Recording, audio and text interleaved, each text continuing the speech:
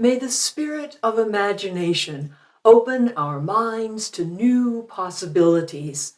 May the spirit of love open our hearts and join our hands. May the spirit of justice move us to act for the liberation of all people. And may the spirit of community challenge us to open our circle wider and wider still. Welcome to video worship at the Unitarian Church of Los Alamos. I'm Ann Marsh, Worship Associate. Our minister, the Reverend John Cullinan, is on sabbatical. During his absence, we're hearing from a wonderful variety of pulpit guests, and I'm delighted to introduce today's speaker, the Reverend Joanna Fontaine Crawford. Reverend Joanna is a lifelong Unitarian Universalist and a student and teacher of Bowen Family Systems Theory. She has served the Live Oak UU Fellowship of Austin, Texas since 2014. Before that, she was the minister at the First UU Church of Houston and at the Church of the Larger Fellowship.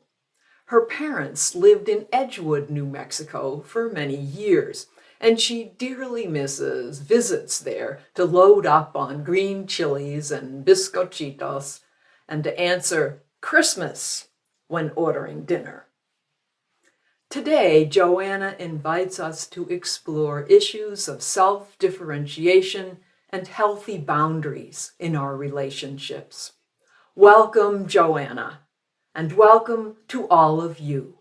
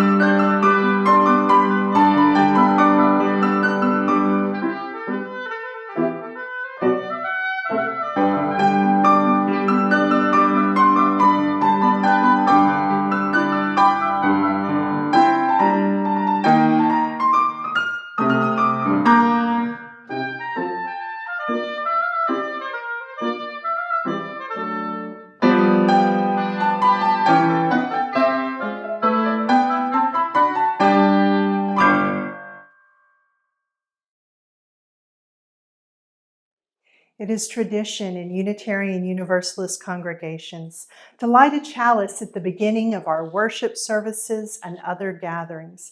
And this unites us with all the other UU congregations that are doing the same thing.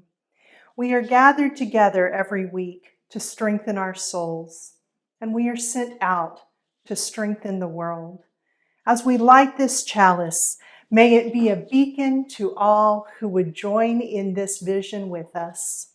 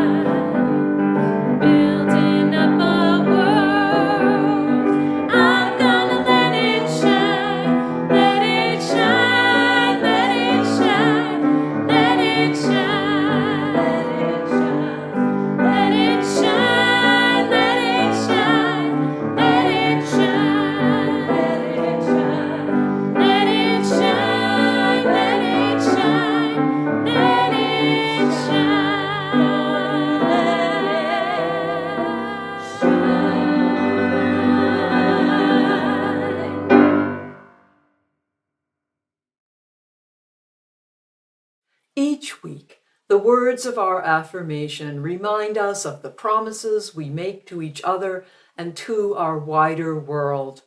In that awareness, I invite you to join in speaking the words of our affirmation. Love is the doctrine of this church, the quest for truth is its sacrament, and service is its prayer. To dwell together in peace, to seek knowledge and freedom, to serve life in fellowship, to the end that all souls shall grow in harmony. Thus do we covenant with each and with all. From the events of our lives come the songs of our hearts. Sometimes they are hymns of celebration, sometimes laments of loss. Although no words have been written in our virtual prayer book this week, let us take a moment now, as candles burn in our sanctuary, to bring to our minds and hearts whatever joys and sorrows we carry with us this day. May we know that there are friends beside us, love around us, and strength within us.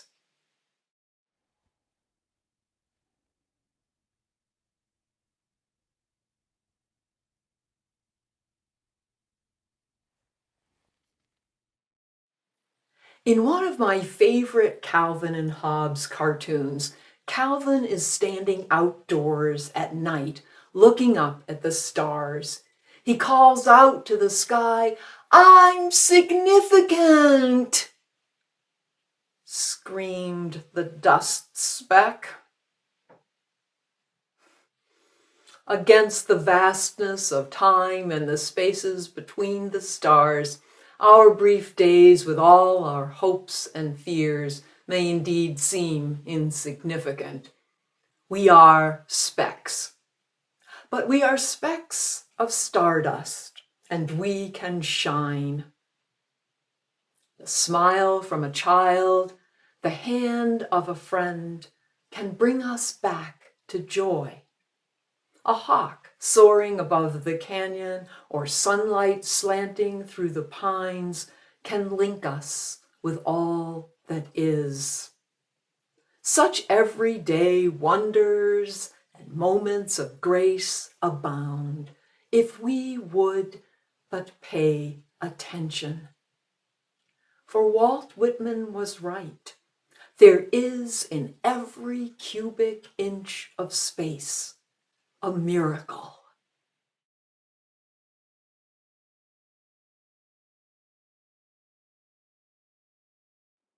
To see our world in a grain of sand and a heaven in a wildflower,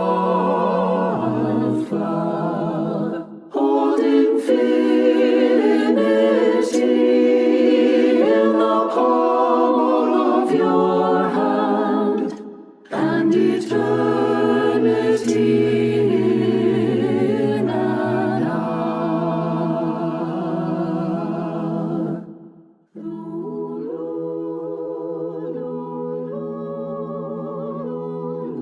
To see a world in a grain of sand and a heaven in a wildflower. Hold infinity in the palm of your hand and eternity in an hour.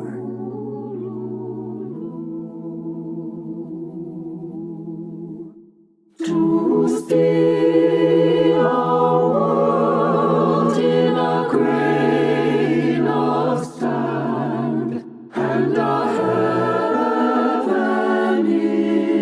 in a wildflower, hold infinity in the palm of your hand and eternity in an hour.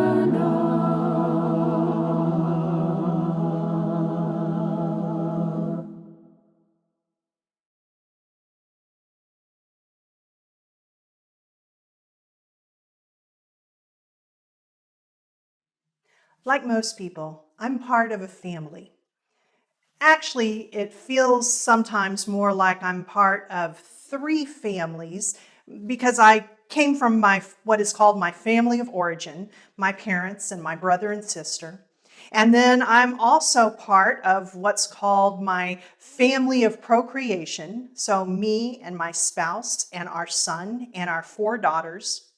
But then even though I didn't grow up with them, my husband has his own family of origin, his mother and his 2 sisters, and since I married him, I'm part of that family too. And of course, you can go further and further back with step families and cousins and all of that. But those 3 main ones, I'm part of each of those families, and those 3 families all make up one whole family. And for the grown-ups who grew up Trinitarian, I'm sorry if this is causing any flashbacks for you. Now, with all those different parts of my family, we have some things where we're very alike and other things where we're very different. For instance, in my family of origin, the family that I grew up in, everyone in my family loves strawberries, except for me. And so in the summer, they'd all be making homemade strawberry ice cream, and I'd be over, to the side going, before you put the strawberries in, can you pull out a little bit of the vanilla? I'll put chocolate sauce on it. And it was kind of strange because it was like the rest of my family just couldn't understand how could all of them like strawberries and me not want to go anywhere near them. In my family of procreation, it's kind of flipped in some ways. For instance, everyone, my children and I, we absolutely love Brussels sprouts, all roasted and toasty. And my husband does not even want to be anywhere around when we are making them. They're so good. How can he not like Brussels sprouts when all the rest of us do? And it's not just things that we eat. There are other similarities and differences in all the different parts of the family. My mother-in-law and I both study religion. My brother and I both have asthma. And often in families, you'll share a lot of things. You'll share a lot of memories. You'll share a lot of favorite stories, a lot of traditions. And so it can be really hard in a family to remember that you are both part of a family and you are also apart from your family. You are your own person. And you get to have your own likes and dislikes and your own opinions and your own thoughts and your own feelings. And in a family, it can be really hard for everyone to remember that. I mean, if everyone loves to go to an amusement park and go on roller coasters, except for one member of the family, then everyone can get kind of confused. And are we a family or aren't we? But all being alike and all liking the same things, that's not what makes a family. What makes a family is, of course, the love that you have for each other and the way that you figure out how to deal with all of these different differences. At church, we often talk about covenant.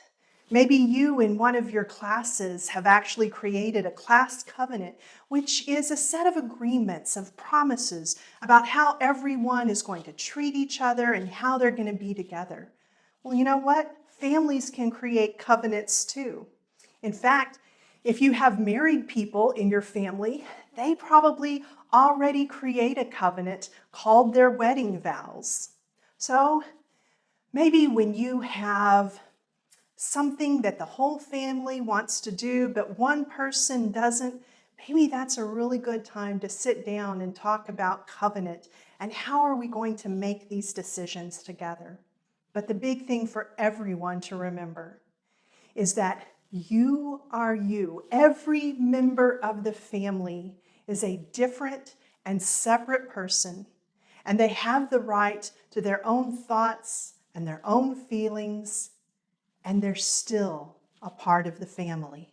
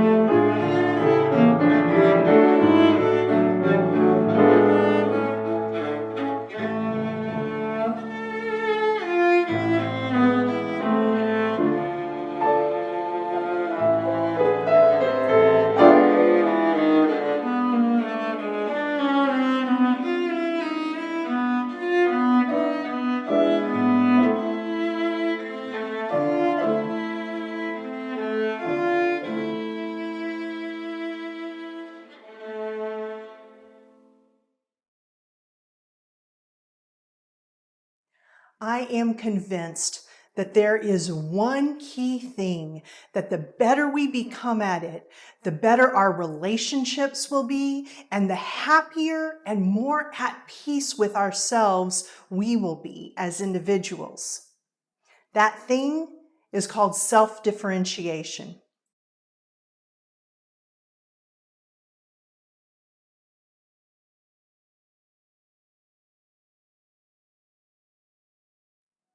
Self-differentiation is a term that comes to us from Bowen Systems Theory.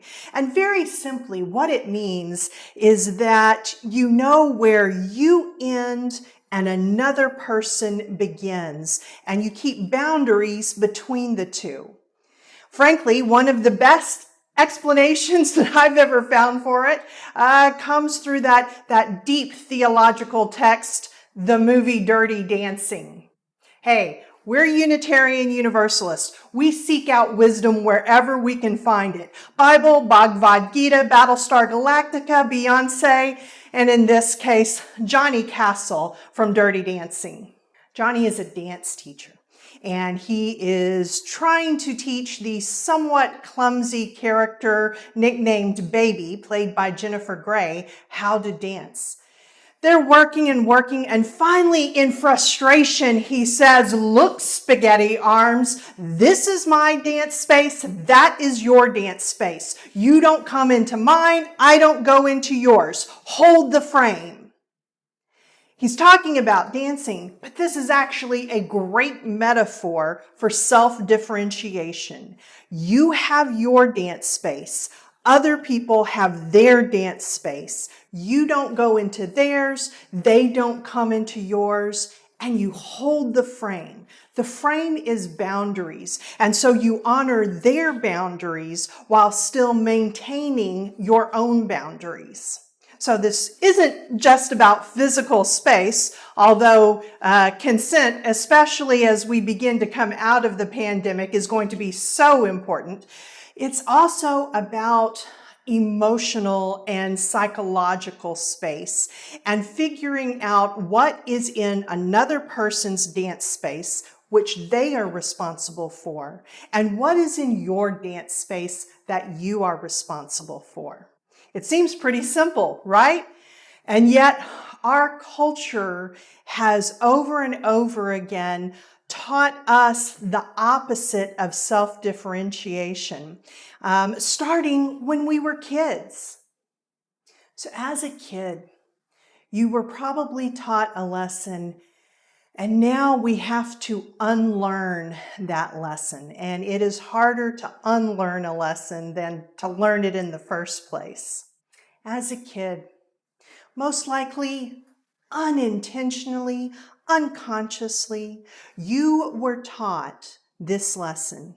You were taught that you were responsible for other people's feelings. Not that you should care about other people's feelings. You absolutely should. Not that there are things that you can do that impact another person's feelings. Absolutely, that's how this all works. But as kids, even in healthy families, we were usually taught that we were responsible for what another person was feeling. If you came from an abusive family, this was crystal clear, right? Because if one of your parents was in a bad mood, if they were angry, you got hit or punished in some other way. But even in healthy, loving families, we still send this message, right? How many people have heard that saying, if mama ain't happy, ain't nobody happy? Well, what are we actually saying with that? We're actually saying that mom's mood, that you need to take control of that. Otherwise, there's going to be consequences for what she is feeling. But what she is feeling is within her own dance space, not yours. And by the way, if you're a parent and right now are kind of cringing about this, I know, me too. I did that. In fact, I know that those exact words came out of my mouth. I'm a mom of 4, and so I am sure there were many times when I was giving those kids and my spouse the message of, I'm not happy, you should do something about it. Now, this is not a really easy thing to parse through, so I need you to hang with me, okay? Our dance space is the area in which we actually have control, therefore we have responsibility. And so in my dance space, I am responsible for what I do, I am responsible for what I say, and I am responsible for my own feelings. And there are things that I can say and do that are going to impact another person. I'm not responsible for their feelings. Ultimately, that is in their dance space and they get to decide. But neither is it okay for me to say something like, yeah, sure, I just insulted you, but hey, you're responsible for your own feelings. No, I'm responsible for what I said. I am responsible for what I do. And it's up to me to understand that, of course, that's going to have an impact on other people.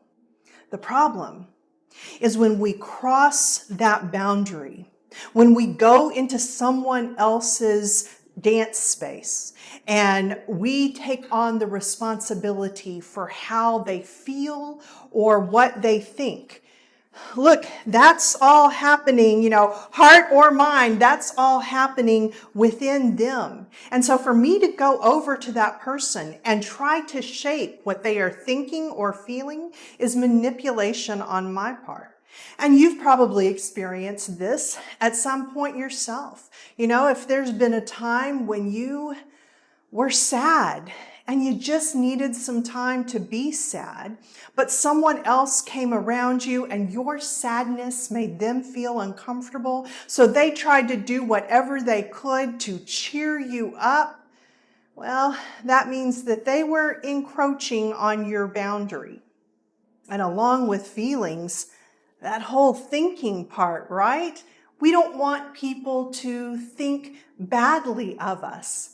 But here's the deal. They get to make that decision. We get to control, again, whatever it is that we say and whatever it is that we do. And most likely that will impact what other people feel about us. But at the end of the day, what other people think about us is none of our business. They get to decide. But don't worry. Just because, it's not your responsibility to try and shape what someone else thinks or feels doesn't mean that you don't have plenty of work to do on your own. Here within my dance space, I'm responsible, again, for what I say and what I do, but I'm also responsible for my own feelings. And this can get really complex. Yes, other people impact my feelings, but once I have them, once they're in me, they're my feelings. And I'm the one who is responsible for deciding what I'm going to do with them or not. Here's another metaphor for you. Often our feelings have been impacted by so many other things, right? You've probably seen those Snickers commercials about being hangry. Just being hungry can determine how our emotions are going to go. But deeper than that, we are shaped over our lifetimes of experience. And some of those experiences have left us with unhealed wounds. I refer to this as glass in your arm. Because here's the thing.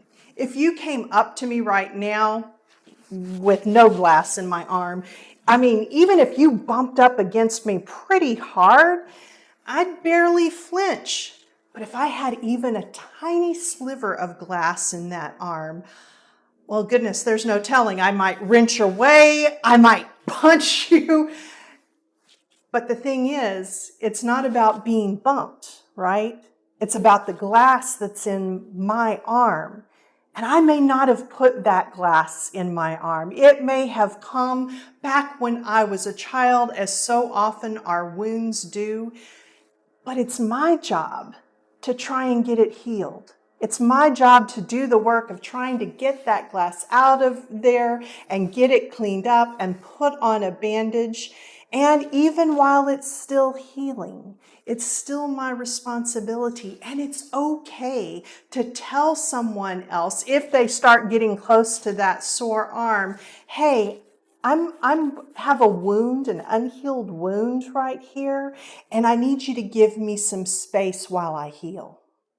Now, space is a certain part of self-differentiation, specifically the space of, again, knowing where you end and another person begins. But that doesn't mean that you're supposed to turn into an island. It doesn't mean that you're supposed to be disconnected from other people, because that's not healthy either. We have to learn the difference between being connected and being fused. If you're connected with someone, then either one of you can separate whenever you need to. But if you're actually fused, it is as if you have become one person and you can't quite get away from each other. And if this person pulls this way, you're going to go along with them. Fusion is the opposite of self-differentiation. It's when we kind of lose sight of where we end and the other person begins, and we don't see ourselves as the separate people who we are. So connection and fusion are two separate things. Here's an example. My spouse and I are about to go out in public together. It's post-pandemic, and so we're going to go to a restaurant, and my husband comes out of our bedroom, and the outfit that he's wearing completely clashes, and I want him to go change because I'm afraid that other people are going to look at me since I'm with him, and they are going to judge me. Okay, that's not connection, that's fusion. And I'm being fused in two different directions. First of all, I'm being fused to my spouse because I'm not seeing that he is a different person than I am, and he gets to make his own fashion choices, no matter how horrendous they might be. He gets to make those decisions. I get to make my decisions.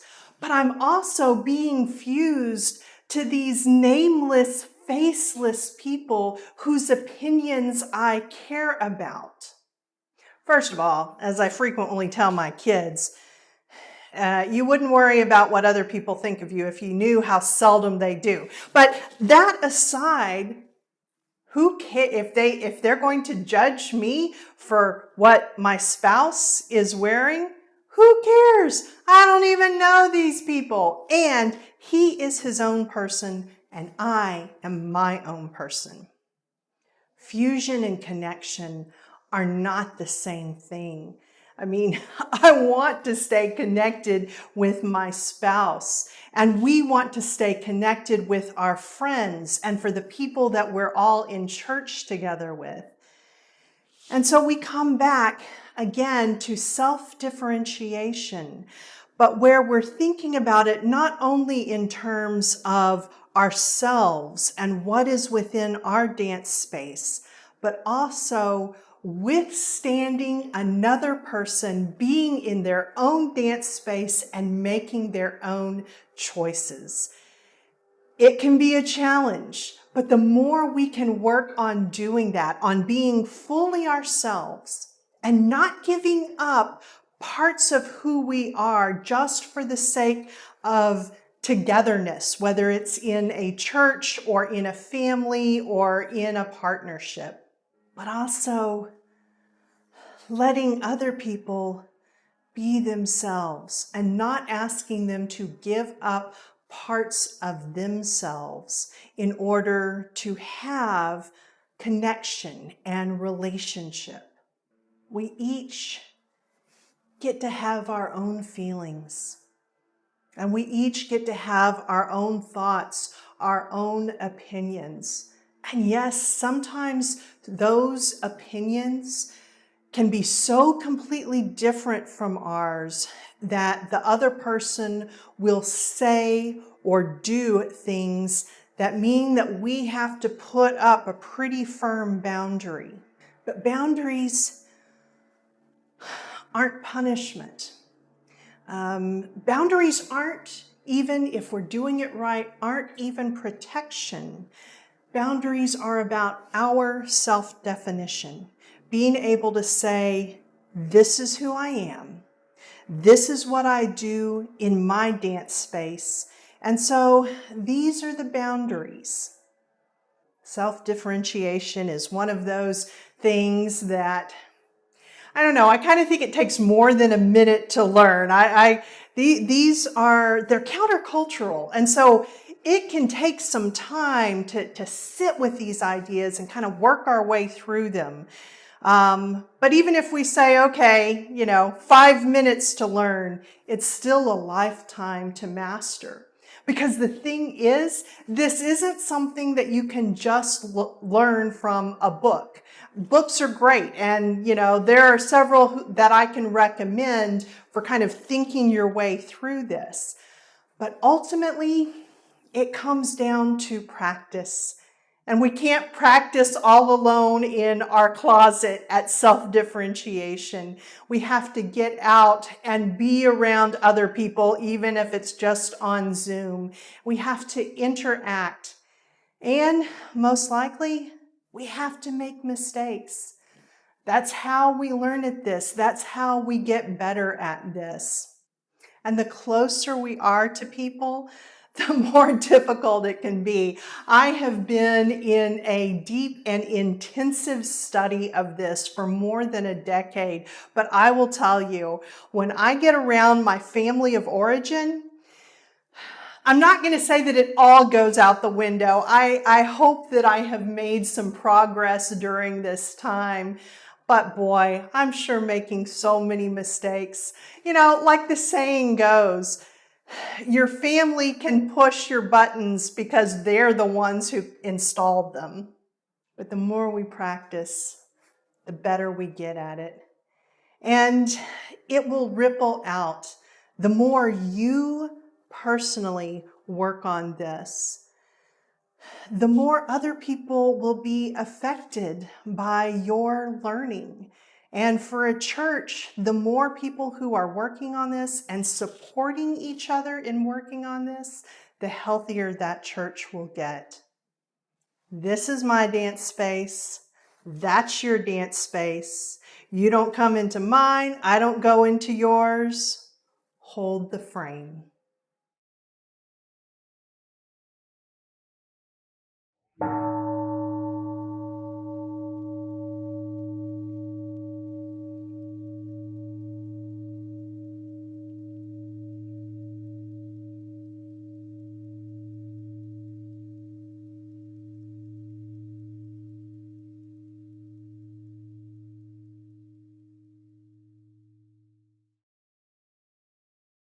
A key part of increasing your emotional maturity and your self-differentiation is to begin coaching yourself. And the way that we coach ourselves is first and foremost learning how to observe ourselves, learning how to observe our feelings and the way they manifest in our body. So let's talk about anxiety. Where in you does anxiety show up physically? Do you feel it in your shoulders? Is it in your stomach? Do you clench your jaw? Take a moment and think back to some time in the past when you felt anxious. Can you remember what those first feelings were like? How you were aware that you were getting stirred up.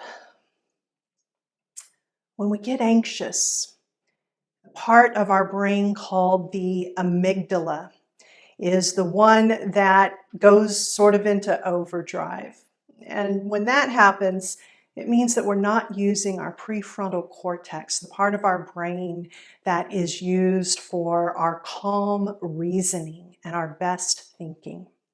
And so when we coach ourselves, what we're trying to get at is that best thinking, which means that we also need to see the anxiety, be able to observe it dispassionately, so that we hopefully can begin to let it go. So take a deep breath and imagine yourself being in an anxious moment. Maybe not something really like a big deal, but just maybe when we're out and about and hopefully we're wearing a mask and someone challenges us on that or gives us a look. So first of all, observe in yourself where you're feeling the anxiety. It's good to be kind of curious, to be able to say, oh, okay, my stomach is clenching up. That means I'm starting to feel anxiety about this. There's all kinds of ways to deal with anxiety, deep breathing being one. The key thing, though, if we want to grow to be more emotionally mature, is the observation. And you don't even have to do it in its own time. Maybe this is something that, you go through a situation and either you act the way you wanted to act, or maybe you don't. But afterwards, you think it through. You observe yourself, almost like you're watching yourself from afar. What was it that made you feel so anxious? Were you able to engage in your best thinking? Are there things that you want to do different next time? And the more we do this, the better we become at being our own best systems coach.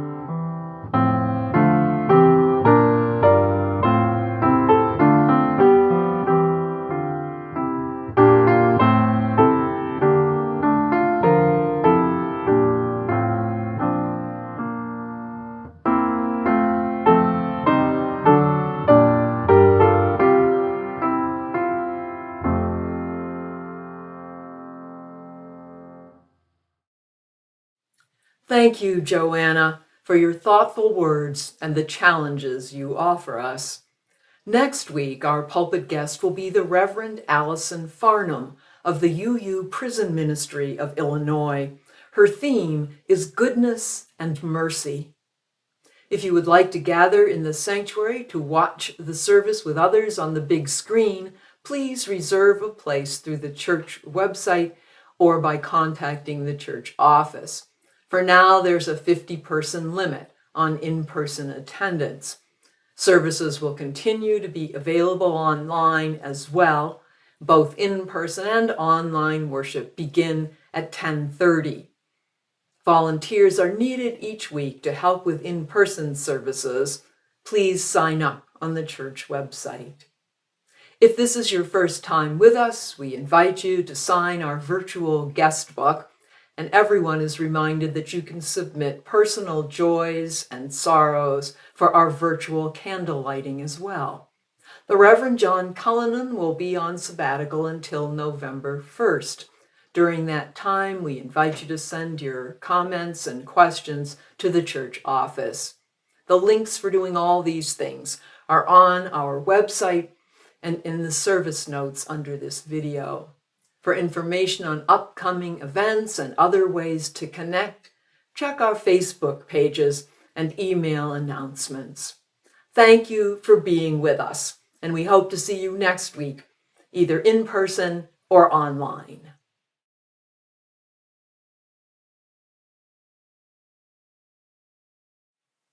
Together, we strengthen our hope that hand in hand and heart to heart, we can create a better world.